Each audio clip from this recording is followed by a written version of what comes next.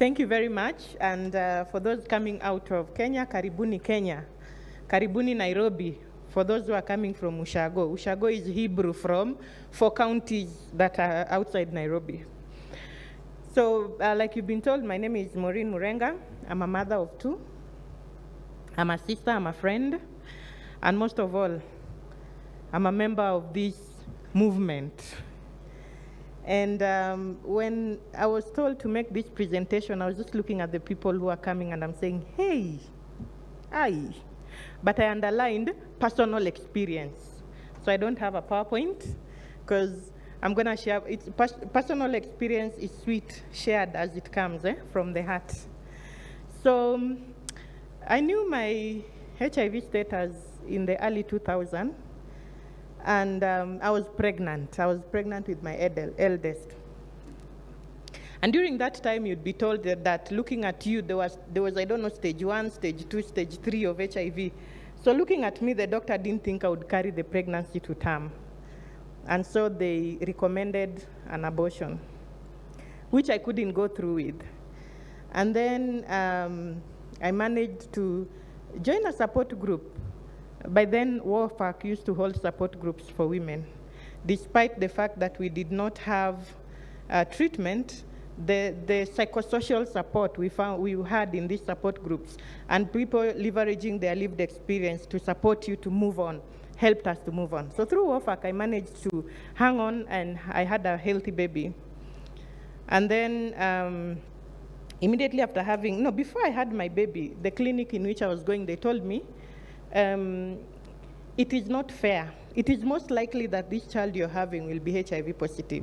So it is not fair to infect other children as well. So what we are suggesting is that they gave me a card that indicated that I needed to go through cesarean section, and then I would have tubal ligation so that I don't get pregnant again and infect another child. Kenya being Kenya, I didn't manage to go to the hospital I was supposed to go to because the hospital, I was given a certain private hospital to go to, and my bill would be paid for in full because so that I get sterilized. But I didn't manage to go there. Labor came very fast, and I went to a different hospital, so I didn't go through with the sterilization. That is what was happening to women then. It didn't matter. I was a young woman. It did not matter how old you are. If you had HIV, they thought you were a weapon of mass destruction, and what came was advice to sterilize. And they sterilized many. Many young women cannot have babies today just because they were diagnosed with HIV. And then as my child and I were growing, then I realized the treatment came. We started advocacy. We would go to the streets. You know, those days advocacy was sweet. You would just be called and told, we are going to the streets. You only realize in the streets why we are there. We were just ready to come out of the house. Ati people are meeting at Uhuru Park. You go to Uhuru Park and then you ask, why are we meeting? Ati, we are advocating for treatment. Oh, okay. Now you wear the T-shirts and join the bandwagon. And we got treatment. Global Fund came, PEPFAR came, we got treatment. But there was no treatment for children. So you can imagine as a mother, you're being given treatment to stay alive, and your child, who also needs the same treatment, doesn't have it. It was so hard for us mothers. And again, through support group, we talked to ourselves and said, you know what, we will enroll in 2 places and then break the tablet into half, administer to our children. By then, we didn't know what was going to happen to their bodies. We just wanted them alive.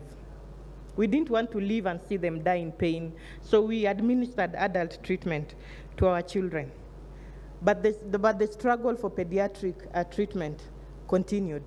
So when we had found a solution and our children started looking healthier, a bill was brought to Parliament. It was called Anti-Counterfeit Bill.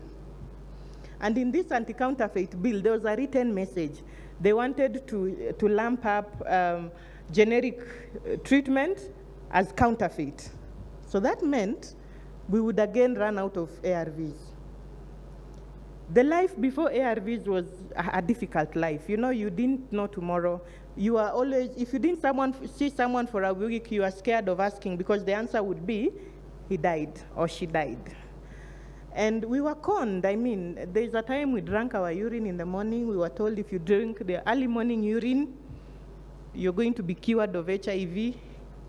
We drank for a long time, and you drink and go back to the VCT, you're still positive. The lines are still 2. You drink again, so we gave up. Then they brought us soil from a place called Embu, and they told us that soil has volcanic effects that kill the virus. We ate the soil and we only got worms. We did not get cured.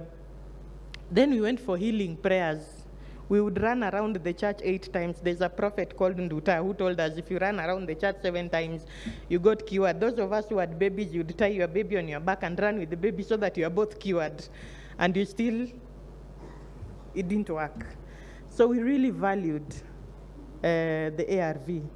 And this law that was coming was also coming against us. So we had a lot of barriers.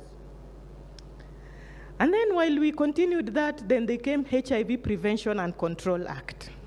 Now we have started getting treatment. They want to take away our treatment. And then HIV Prevention and Control Act, that is supposed to protect us, has a clause that says, if you don't disclose your status to your sexual partner, that one you have an intent of infecting that person. And so you could do 15 years in jail. And then it was followed by the Sexual Offenses Act that also criminalizes disclosure. If you don't disclose your status and you have sexual contact with someone, you go to jail.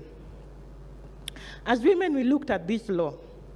And this law, it is difficult to jail any adult if they have good lawyers, because you'll have to prove that you did not have sex with anyone else except me. You also have to prove that at the time of our sexual contact, you are HIV negative. So those are hard to prove, because you can have sex between the time when you have tested negative and by the time you meet me. So that one is always difficult to close in on adults. But for mothers who have children, it is difficult. Because if this child is tested, nowadays they do birth testing. It's tested at birth, and they test positive.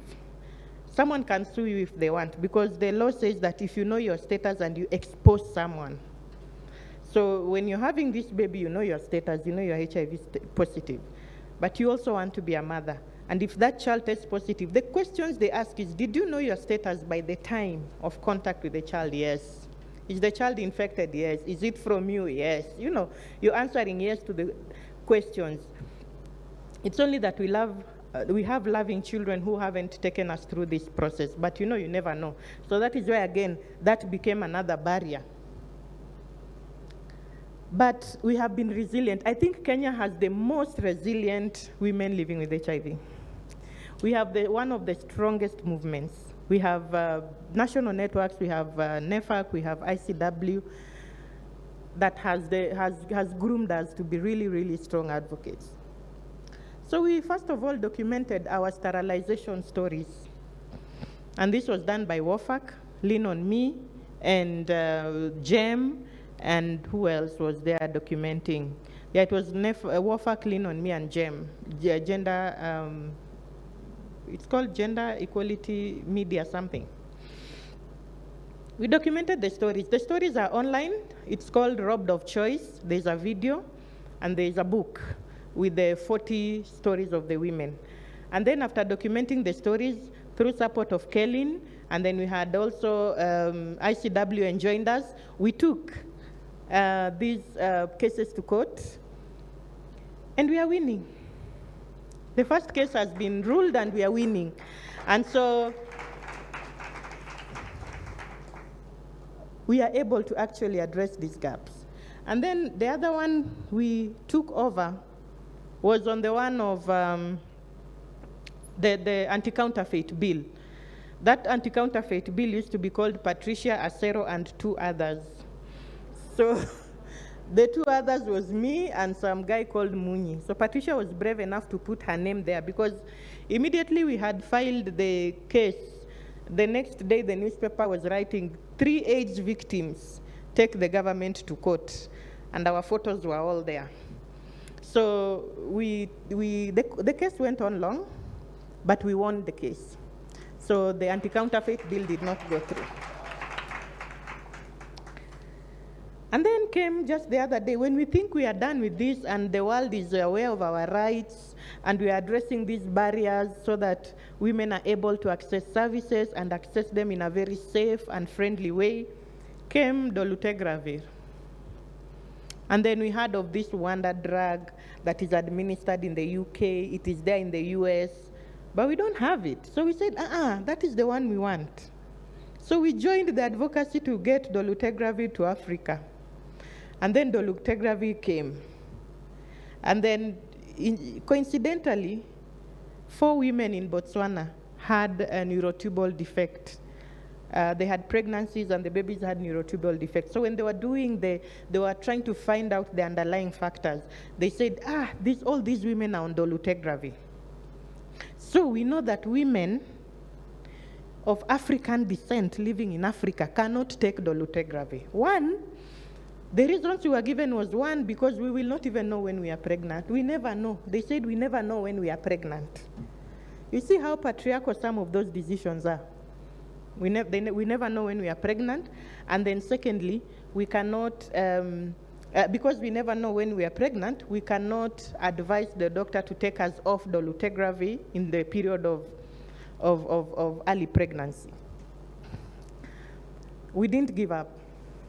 We fought. There was an AIDS conference in Amsterdam. WHO was launching the treatment guidelines. We interrupted. We kept pushing.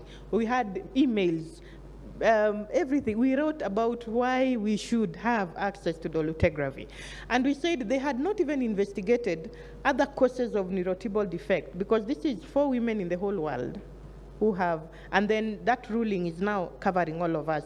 They had not even found out if there are other reasons the women, and why is it only Botswana, would have neurotubal defects. But we pushed, and now we can access dolutegravir. We gave them a million reasons why women understand their bodies and we know what is good for us. So now dolutegravir is also doing its own things in our bodies. We are pushing slowly because it's just the other day we fought for it. It's good, it's really a good drug, but it's not really doing so well with women. And so we are slowly, now we are not shouting so much. We just ended that battle. So, but anyway, we haven't given up. We want to find out why we are adding that much weight. We are getting, you find a 25-year-old has arthritis, and other really bad side effects. We are still advocating for child-friendly formulation. We have better drugs now, and we never stopped advocating because women are caregivers. And it pains us when you want to give your child something that looks like poison. So we have been in the fight. And we have worked together. One thing I learned about being in the fight is that together walking alone, you move fast, but you don't move far. But when you're together, you move far. So we have had this journey. We have struggled. Women are empowered. We are able to work out, address the social and structural barriers that we are facing. I'm not saying we are at a good place today. I know researchers are still not prioritizing us. The research space is very patriarchal. It is done on men. New commodities come, and then we are told, you will have to wait. Women of reproductive age will have to wait until we have found out if this drug is safe. So we want to be from the beginning. Let us find the safety from when they are beginning the researches. We need better treatment. Like Patricia has said, we need a treatment that can work with us in the different cycles of our lives. And we need person-centered interventions. We need people to understand that we have mood swings, we have all these things, we have pregnancies, we have menopause and all that, and how can they program around what we face as women. So I'm told my time is up. I'll stop here. Thank you very much.